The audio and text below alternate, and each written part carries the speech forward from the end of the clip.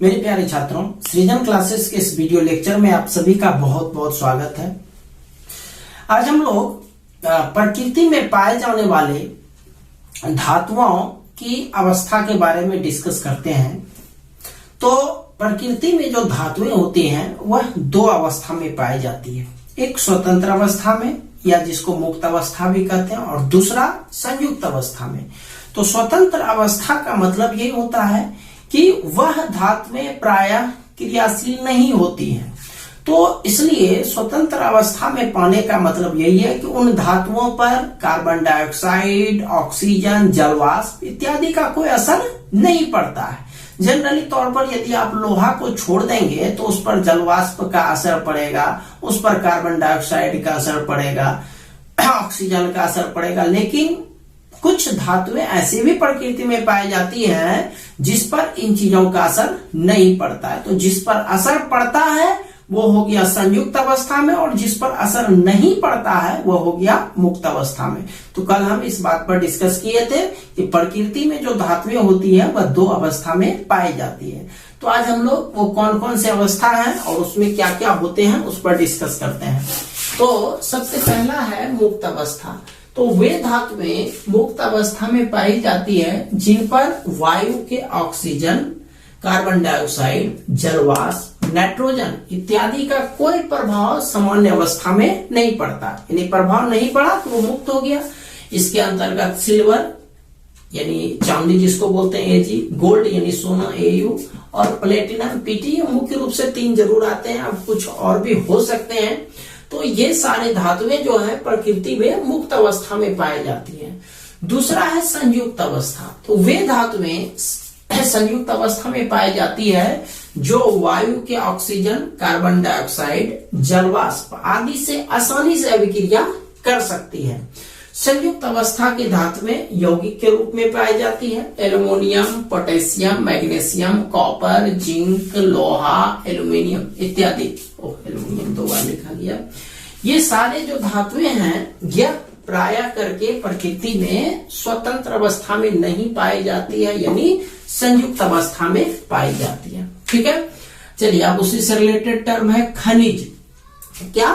खनिज। तो पृथ्वी के परत में विद्यमान धातु युक्त ठोस पदार्थ को, पृथ्वी का जो परत होता है, परत आप जानते हैं पृथ्वी के पूरे परत को पूरे पृथ्वी को तीन परत में बांटा गया है। तो इस परत में जो ठोस धातु युक्त ठोस पदार्थ होते हैं उसी को खनिज कहा जाता है। Example sodium chloride, calcium carbonate, zinc sulphide, लौह सल्फाइड, ये सारे जो है क्या है? खनिज है। यह प्रकृति में यानी पृथ्वी के परत पर ठोस पदार्थ के रूप में पाए जाते हैं। दूसरा है अयस्क। तो खनिज ही अयस्क होता है। खनिज ही क्या होता है? अयस्क होता है। तो जिस खनिज में प्रचुर मात्रा में धातु विद्यमान हो, जिस खनिज में प्रचुर मात्रा में धातु विद्यमान हो तथा जिससे कम खर्च में ही सरलता से धातु को प्राप्त किया जा सके उसे क्या कहते हैं? खनिज कहते हैं। एग्जाम्पल के लिए समझिए बॉक्साइट जिसका सूत्र है Al2O3 × 2H2O, और मिट्टी Al2O3 × 2SiO2 × 2H2O, ये मिट्टी का सूत्र हुआ। दोनों में देखिए एल्युमिनियम मौजूद है, यहाँ भी Al है, यहाँ भी Al है, यानी एल्युमिनियम दोनों में प्रेजेंट है। हाँ, तो दोनों जो है वह एल्युमिनियम का खनिज है। एल्युमिनियम के लिए क्या है? खनिज है। इसमें से बॉक्साइट से यानी इससे जो है एल्युमिनियम धातु सरलता एवं कम खर्च पर प्राप्त हो जाता है। इसीलिए इस दोनों खनिज में से ये वाला खनिज जो है वो क्या कहलाएगा? अयस्क कहलाएगा। यानी ओवरऑल हम लोग यह कह सकते हैं कि प्रत्येक अयस्क वह एक खनिज होता है, लेकिन कोई आवश्यक नहीं है कि प्रत्येक खनिज वह अयस्क होगा ही, क्योंकि अयस्क कहां से बना? अयस्क तो खनिज से ही ना बना। तो जितना भी अयस्क बनेगा वो खनिज का ही रूप है। यानी हम इसीलिए कह सकते हैं कि प्रत्येक अयस्क एक खनिज है, लेकिन प्रत्येक खनिज एक अयस्क नहीं होता है। अयस्क वही होता है जिससे आसानी से और कम खर्च पर धातु को प्राप्त किया जा सके। ठीक है, चलिए इसका एक स्क्रीनशॉट ले लीजिए।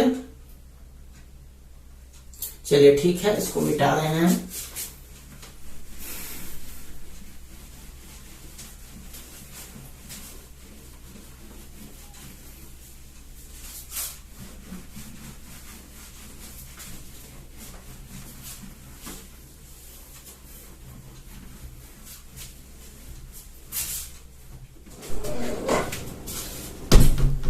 चलिए चलते हैं अब हम लोग अयस्क के प्रकार पर। तो अयस्क मुख्य रूप से 4 प्रकार के पाए जाते हैं, जिसमें से पहला है ऑक्साइड अयस्क, सल्फाइड अयस्क, कार्बोनेट अयस्क और हैलाइड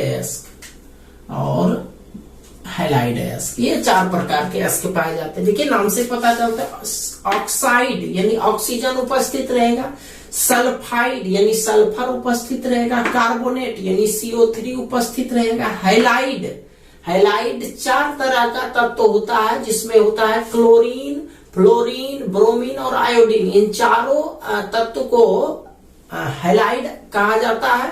तो इस चारों में से यदि कोई भी उपस्थित है तो वह हैलाइड अयस्क कहलाएगा। तो यहाँ पर पहला है ऑक्साइड अयस्क, जिसका एक एग्जांपल लिए हेमेटाइट। देखिए उसमें Fe2O3 ऑक्सीजन उपस्थित है, बॉक्साइट Al2O3 2H2O, तो उसमें भी ऑक्सीजन उपस्थित है। ये तो हो गया कौन सा अयस्क? ऑक्साइड अयस्क। दूसरा है सल्फाइड अयस्क, कॉपर ग्लास, तो कॉपर ग्लास S उपस्थित है इसमें, सल्फाइड Cu2S, सिनेबार HgS उपस्थित है, तो यह हो गया कौन सा अयस्क? सल्फाइड अयस्क। ठीक है, तीसरा टाइप पर चलते हैं, कार्बोनेट अयस्क, चूना पत्थर कैल्शियम कार्बोनेट CO3 यहाँ पर उपस्थित है, कैलेमाइन ZnCO3 उपस्थित है, तो ये कार्बोनेट अयस्क हो गया। चौथा है हैलाइड अयस्क, रॉक सॉल्ट NaCl यानी सोडियम क्लोराइड, यहाँ क्लोरीन उपस्थित है। फ्लोस्पार में CaF2 यहाँ पर फ्लोरीन उपस्थित है। तो इस तरह से ये हो गया अयस्क के प्रकार, जो मुख्य रूप से 4 प्रकार के होते हैं। अब आते हैं खनिज एवं अयस्क में अंतर। खनिज और अयस्क आपको हम जस्ट डिस्कस कर चुके हैं कि खनिज क्या होता है, अयस्क क्या होता है। तो पहला अंतर, भूपर्पटी पर पाए जाने वाले धातु युक्त ठोस पदार्थ यानी तत्व या यौगिक को खनिज कहा जाता है, और इसी खनिज में से वे खनिज जिससे आसानी से कम खर्च पर धातु में प्राप्त की जा सकती है, उसे अयस्क कहा जाता है। उस खनिज को क्या कहा जाता है? अयस्क कहा जाता है। चलिए दूसरा चलते हैं, खनिज में कुछ अशुद्धियां उपस्थित रहती हैं। खनिज में अशुद्धि रहेगा ही, और अयस्क में अशुद्धि नहीं के बराबर, मतलब अयस्क में ज्यादातर जिस धातु को निकालना होता है वही उपस्थित रहता है, अशुद्धि कम होता है। तीसरा है, सभी खनिजों में से धातुओं का निष्कर्षण नहीं हो सकता, यानी सारे जितने भी खनिज होते हैं, ये कोई जरूरी नहीं है कि सारे खनिज से धातु निकाल ही लिए जाए, लेकिन सभी अयस्क से धातुओं का निष्कर्षण होता है, क्योंकि आप जानते ही हैं कि अयस्क वही चीज है जिससे कम खर्च और आसानी से ज्यादा मात्रा में धातु को प्राप्त किया जा सके। तो सभी अयस्क से धातुओं का निष्कर्षण हो सकता है। अगला है, सभी खनिज अयस्क नहीं होते हैं, लेकिन सभी अयस्क खनिज होते हैं। चलिए, ये था खनिज और अयस्क में अंतर।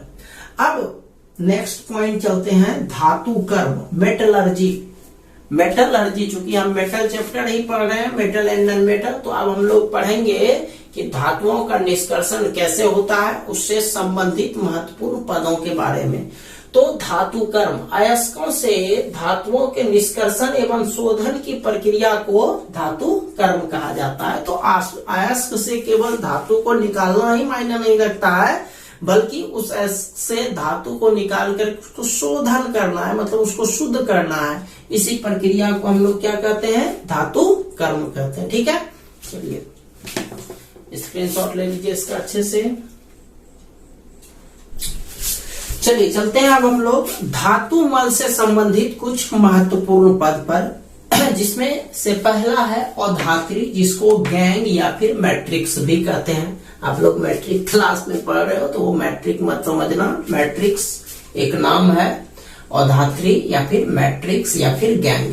पृथ्वी की परत से प्राप्त अयस्क में कई प्रकार के अवांछनीय पदार्थ या बोल सकते हैं अशुद्धि या बेकार पदार्थ मौजूद रहते हैं, जिसमें से हुआ बालू हुआ, कंकर हुआ, मिट्टी हुआ इत्यादि। ये मिश्रित रहते हैं। इन्हीं अवांछनीय या बेकार पदार्थ को क्या कहते हैं? अधात्री या फिर गैंग या फिर मैट्रिक्स कहते हैं। नेक्स्ट पॉइंट है अयस्क का सांद्रण। अयस्क का सांद्रण, सांद्रण को अंग्रेजी में ड्रेसिंग बोलते हैं।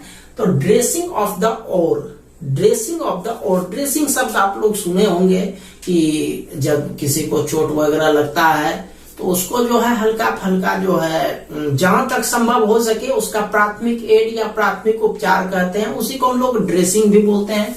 तो खैर यहाँ पर ड्रेसिंग का मतलब है कि अयस्क में विद्यमान अपद्रव्य, अपद्रव्य का मतलब अशुद्धि से है, अपद्रव्य को दूर करना ही अयस्क का सांद्रण कहलाता है। मतलब जो अयस्क में बेकार पदार्थ पड़ा हुआ है उसको दूर निकाल दीजिए, उसको क्या कहेंगे? दूर हटाना ही अयस्क का सांद्रण कहलाता है।